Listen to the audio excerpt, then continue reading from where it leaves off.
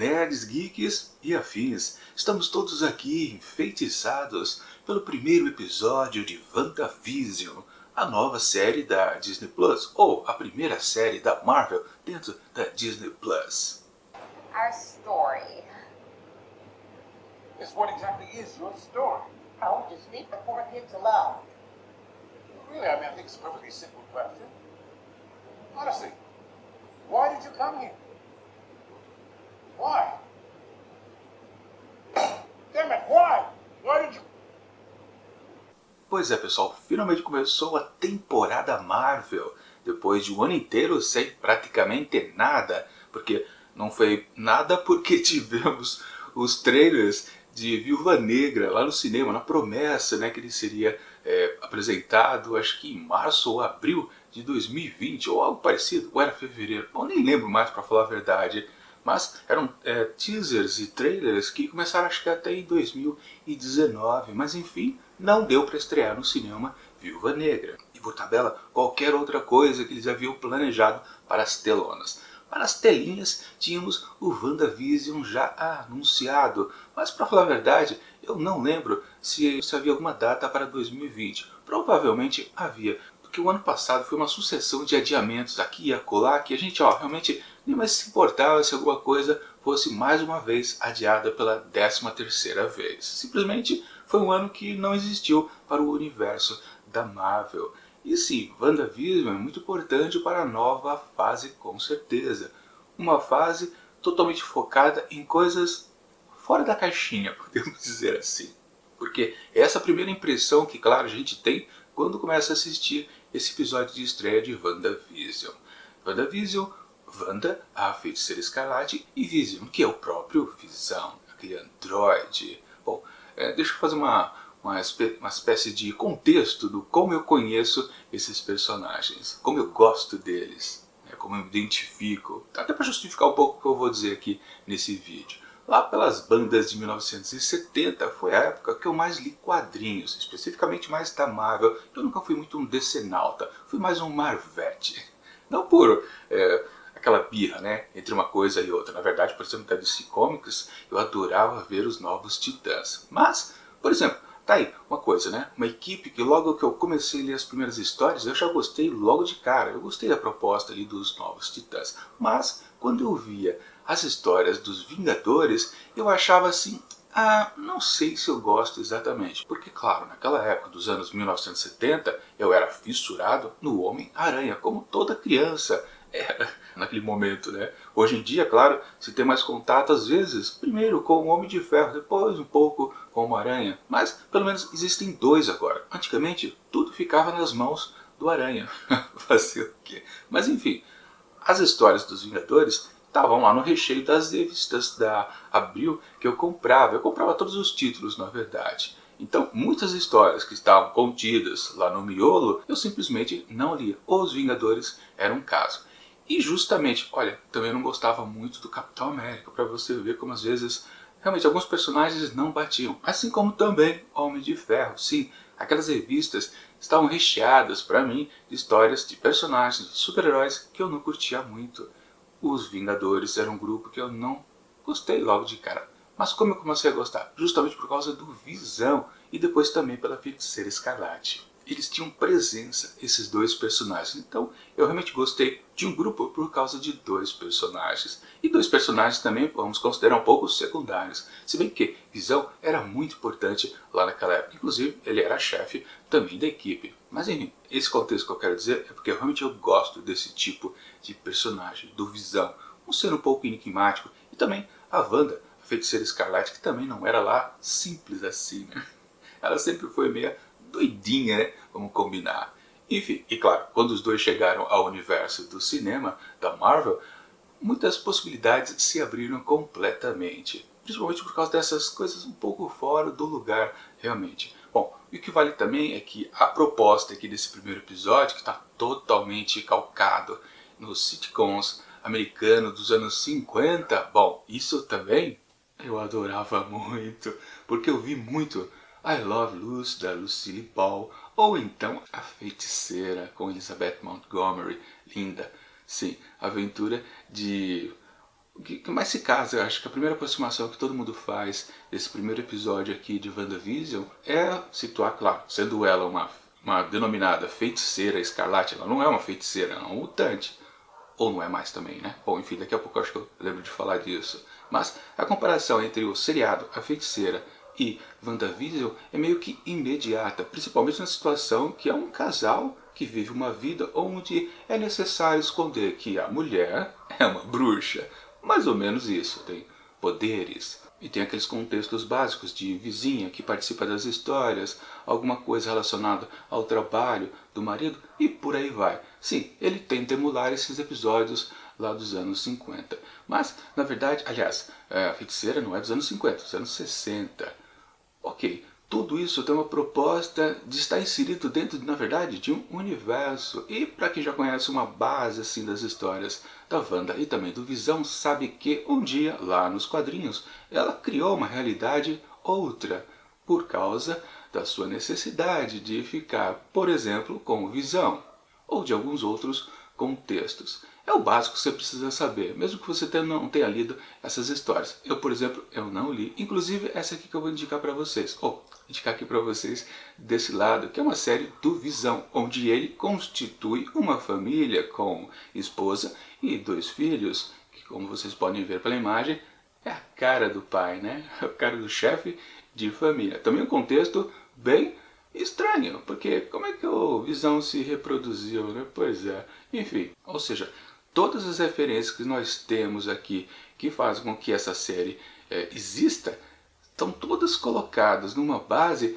imaginária que não está dentro da normalidade, ou seja, nada é o que parece. E claro, nós já havíamos visto os teasers, os trailers aqui de WandaVision meses antes, e nós já sabíamos de todo esse contexto, que eles estariam dentro de uma espécie de show de televisão lá dos anos 60, 50, depois mais 60. Enfim, o que vale é que um tom de mistério está colocado no ar. O que está acontecendo então? Bom, e claro, quem viu o filme dos Vingadores, principalmente os 2 últimos, Guerra Infinita e Ultimato. Sim, nos 2 filmes nós temos a clara noção que Wanda não tem mais Visão, porque Visão morreu nas mãos de Thanos. Simplesmente assim, ele não está mais vivo, ou seja, óbvio, se ele agora está vivo na série, ou ela aconteceu antes, ou ela aconteceu depois, ou não aconteceu, literalmente, porque essa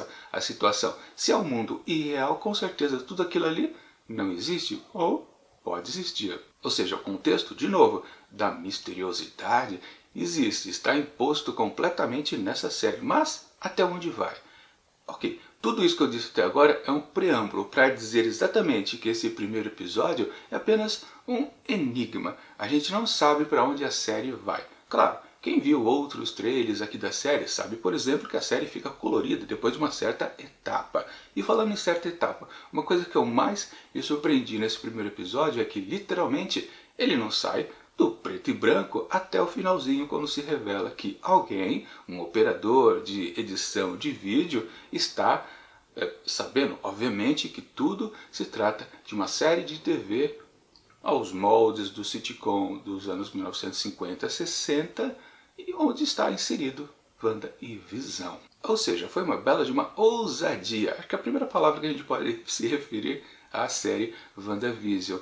Eles passarem todos os minutos desse episódio dentro desse mundo imaginário, que a gente não precisa nem explicar, ele é apenas isso, é uma emulação de A Feiticeira, podemos dizer, mas na verdade eu acho que está mais para I Love Lucy, de Lucille Ball, com certeza, ou o show do Dick Van Dyke. Pois é, inclusive o cenário que eles usam aqui nesse primeiro episódio é praticamente idêntico ao do show Dick Van Dyke. Aliás, eu vi uma comparação que um pessoal caçou aí nas comparações. Existe uma cena onde, claro, o Dick Van Dyke ele entra em casa, ele tropeça numa poltrona e literalmente essa cena está reproduzida aqui no comecinho do episódio, quando Visão chega com Wanda nos seus braços, vestida obviamente de noiva, né, recém-casados. E sim, o que temos por aqui é um fiapo de história, né? Apenas o cotidiano de duas pessoas que acabaram de se casar e precisam esconder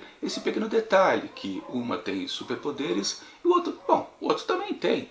Na verdade, eles são dois super-heróis. Eles, ao tempo todo, precisam dizer um ao outro, ou a gente precisa fingir que nós não temos essas coisitas diferentes das pessoas normais. E, ok, tudo é divertido, mas fica só nisso o tempo todo. Mas eu, que gostava desse tipo de série quando era jovem, com certeza, tudo isso para mim foi, claro, um efeito de saudosismo muito bom. Me diverti, sim, com certeza, de maneira mais fácil que muita gente, porque o estranhamento sempre vai ocorrer nessa série, que veio de dois filmes dos Vingadores, onde literalmente Wanda e Visão, incluído também outro que foi a Era de Ultron, dos Vingadores também, que desciam um sarrafo em todo mundo, usando seus poderes e cada vez mais de maneira intensa. Aqui, literalmente, eles praticamente não fazem nada, inclusive os efeitos especiais que temos aqui nesse episódio são efeitos práticos. Não há computação gráfica, aqueles pratos voando, outras coisitas que acontecem por aqui. Tudo é feito ali na hora, no estúdio mesmo, aos moldes do que era antigamente, justamente para emular toda a magia necessária. No caso, magia não a da feiticeira, mas a magia do tipo de produto televisivo. Sim, essa é a proposta. E nisso a gente pode dizer que eles acertaram muito bem, é 100% de eficiência, não tenho que duvidar disso. Mas, por outro lado, a gente também tem que levar em consideração, mas espera aí, é só isso? O show é essa emulação de um sitcom antigo e esta coisa, essa aura de mistério o tempo todo, sem especificar muita coisa, porque talvez isso é um defeito que a gente possa apontar desse episódio, que dá para considerar que ele é ótimo porque ele é ousado, mas ao mesmo tempo ele passa a ter problemas justamente porque ele apenas ousa e não entrega muito. Pois é, só o finalzinho dele que a gente percebe que, sim, há uma definição exata que eles estão dentro de um certo universo específico, criado, imaginado pela Wanda. Bom, aí outros 500 a gente definir a autoria. Muita gente já está teorizando que não é ela que criou esse universo, porque a gente precisa lembrar de uma coisa super importante. Ao final de Vingadores Ultimato, nós tivemos aquela cena emblemática. Quer dizer, é uma cena discreta, mas ela tem muita importância, na verdade, onde conversavam justamente Wanda e também o Arqueiro, o Gavião Arqueiro. Pois é, os dois estavam ali chorando pelos seus entes queridos que não existiam mais. No caso, Visão e a Viúva Negra. E digamos que nenhum dos dois ali, naquele final de contexto, estava abalado emocionalmente. Daquela cena você não consegue tirar que Wanda vai necessitar criar um universo imaginário para poder ter Visão ao seu lado. Dali, não. Ou seja, aconteceu alguma coisa a mais de lá para cá, para tudo isso surgir, onde a gente pode considerar então que realmente não foi ela que criou tudo isso. Alguém, uma terceira pessoa, está talvez detendo, a gente pode considerar dessa forma, sim, se valendo das memórias dela para ela. Sim, porque o poder de fato com certeza vem de Wanda, mas sob talvez uma hipnose ou um outro feitiço, quem sabe, ela pode estar criando esse universo não conscientemente. Por isso que, claro, durante esse primeiro episódio, ela tem os lampejos de que sabe, tanto ela quanto o Visão, que tem aquela falha de memória, né? Detalhes da vida de casal ali, que eles não se lembram, eles estão quase fugindo da matriz, digamos assim, mas eles conseguem retornar. Mas ela dá para perceber que a Wanda tem um certo domínio. Naquela cena, né? Onde o chefe do Visão ele se engasga, ali dá sim uma noção exata que ela ainda está mais consciente do que ele. Ele obedece imediatamente, como se fosse, claro, ele não existisse de fato, ele é apenas um ser criado por ela, um autômato, literalmente, por ali. E ela está ainda com alguma consciência que ela está em algum lugar, naquele misto, quero esquecer o que eu sofri, ou estou tentando lembrar e alguém não me deixa. Essa mistura que a gente não tem a noção exata por enquanto. Outra coisa também de referências que eu possuo, né? A série Lost. Sim, eu peguei todo o embalo daquela série ali do começo dos anos 2000, começou em 2004, e toda a série é baseada no mistério, o mistério do episódio, do grande mistério, ou seja, infinitos enigmas para lá e para cá. Eu não quero acompanhar WandaVision nessa batida de querer formular teorias, não, aquilo é uma coisa e vou atrás, caçar pela internet toda, mais e mais teorias. Realmente, eu não quero curtir essa série da Marvel dessa maneira. Eu quero curtir ela como uma série, primeiro, de super-heróis, que estão num mundo esquisito e, ok, o que querem dizer com isso? Eu não quero conjecturar coisas, porque literalmente eu não quero ser enganado. Pois é. Outra coisa que eu posso dizer a respeito desse primeiro episódio, a ideia dos produtores é ousada, como eu disse. Mas eles não estão prometendo muito por enquanto. Eles estão levando em consideração que a gente já tem um certo contexto. E aí vai um problema para quem não conhece nada desses personagens.